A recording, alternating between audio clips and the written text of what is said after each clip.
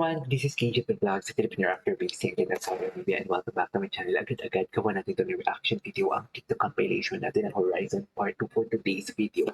Kasi naghahabol tayo, ang dami natin na-miss, ang dami natin gawa ng reaction video at parang uneasy ako pag ganon. So without further ado, let's all watch this.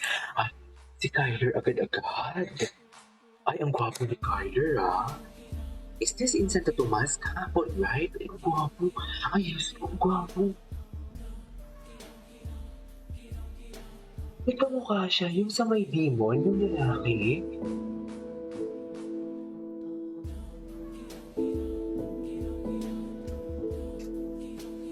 Ay, Diyos ko, doon nainlove ako. Kaya ang gwapo niya, uy. Ang gwapo niya, isa pa. Ulitin natin, isa pa. Ako lang yan.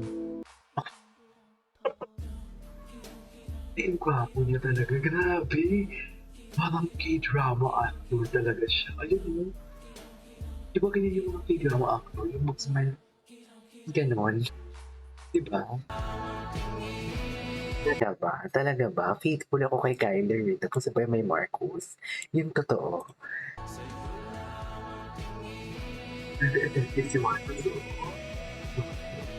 Yung pag ganyan yung tumili ako, lahat ng band. Pinahata na talaga siya. Talaga siya ng really act. Kaya talaga siya.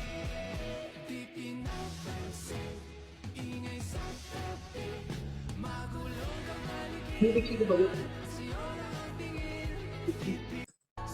Ang daming video, ang daming ayun.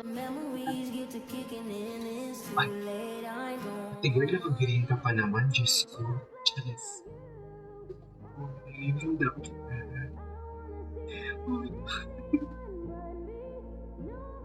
Uy, naiyak ako for her. Naiyak ako for her.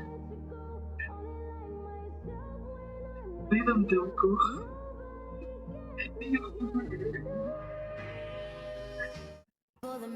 Naiyak ako for her. Noong una ko yung sa ulo, pero umiyak ako for her. Ramdam kita. Oh my God. Ganun talaga siguro. Kapwa ang course mo. Parang parehas kayo nararamdaman. I love this interaction. I love this interaction. Hindi ako magsasawa isa. Genuine. Come on. Iyak ako. Wala naman dam ko yung happiness niya. Grabe. Isip ko, akala ko iinit yung ulo ko sa kanya. I love the interaction. Ay, DJ ko. Ito sa ating.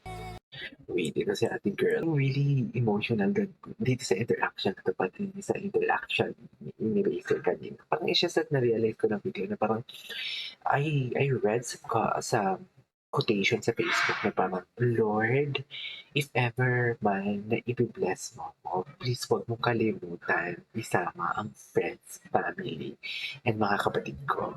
Something like that. Tapos parang bigla lang yung pumasok sa utak ko ngayon while watching them. Kasi sabi ko nga, di ba, parang, to be honest with you, I never saw myself na mag-stand. The first boy group na ini-stand ko talaga, yung tipong alam mo yung, kasi I find it judgment talaga before, like, kahit sa mga, sa K-pop, so parang ba yan, ang judgment mo nyo naman, parang mamamatay kayo dyan sa kakasupport, something like that. But, ganun pala, no? Naging keyboard warrior ako ng SB19 ng 2020. Hindi naman, wala ata sila mga ganap nun kasi pandemic. Tapos, the first time ever na pinuntahan ko fan meeting, na parang akala ko concert na nga yun. Fan meeting lang pala yun. Iba pala ang concert sa fan meeting is the Horizon. So, parang, alam mo yung, kahit hindi ko man lang na-experience na makita o makausap sila malapitan. Tapos, nakikita mo yung kapwa mo po actors na natupad yung dream nila to interact with the boys na sobrang lapit. It's just like that. Parang alam mo yung andun ka na din. Parang alam mo yung na-experience mo na din. Parang alam mo yung happy ka sa kanilang, sa nangyari sa kanila. Something like that. Yun, ako naman bata, no? Iyak na. Ano naman po? Paiyak naman ako doon. Eh,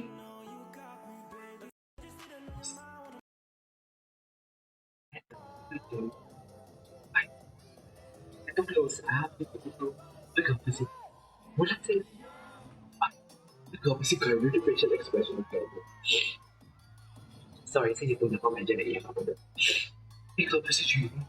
Si Gino pa ng steak.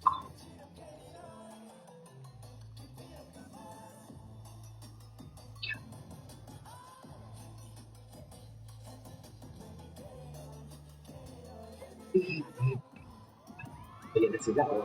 Nagwawala sila. Oh, si Sister, oh. O si Baby Gio, oh. Oh, oh. Eh,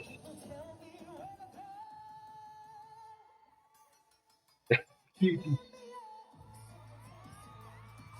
Eh,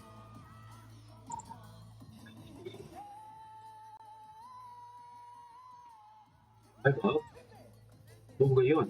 Love that. Eh, oh, masarap. Charis. Charis. Alright. Very good news. This is our for today's video, which is the TikTok compilation of Horizon. I don't know. Na, parang naging emotional ako bigla. Parang alam mo yun. Alam mo ko ba? This is KJ Vlog Live. See you on my next vlog.